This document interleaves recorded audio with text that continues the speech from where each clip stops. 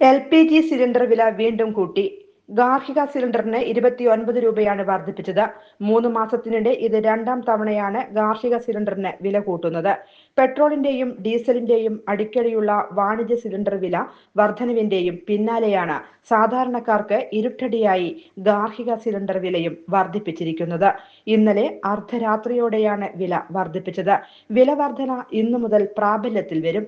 ഇതിനു മുൻപ് 60 രൂപയാണ് ഗാർഹിക സിലിണ്ടറിന് വർദ്ധിപ്പിച്ചിരുന്നത്. ഡൽഹിയിൽ ഒരു സിലിണ്ടറിന് 913 രൂപയായിരുന്നത് നിലവിൽ 942 രൂപ നൽകേണ്ടതായി വരും. കൊൽക്കത്തയിൽ 939 രൂപയായിരുന്ന സിലിണ്ടറിന് ഇനി 968 രൂപയും നൽകേണ്ടി വരും. മുംബൈയിൽ 912 രൂപയായിരുന്നിടത്ത് 941 രൂപയായി മാറും.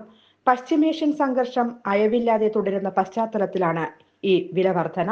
ഇത്രയൊക്കെ വില വർദ്ധിപ്പിച്ചിട്ടും തങ്ങൾക്ക് മുന്നോട്ടു പോകാൻ വല്ലാത്ത പ്രയാസമാണെന്നാണ് എണ്ണ കമ്പനികൾ പറയുന്നത്.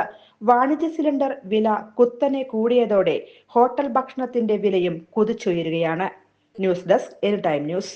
ജോൺസൺ ഓപ്റ്റിക്കൽസിൽ തിങ്കൾ, ബുധൻ, വെള്ളി ദിവസങ്ങളിൽ രാവിലെ 10 മുതൽ ഉച്ചയ്ക്ക് 1 മണിവരെ കണ്ണു ഡോക്ടറുടെ സേവനം ലഭ്യമാണ്. എല്ലാ ബ്രാൻഡഡ് ഫ്രെയിമുകളും ഇവിടെ ലഭ്യമാണ്.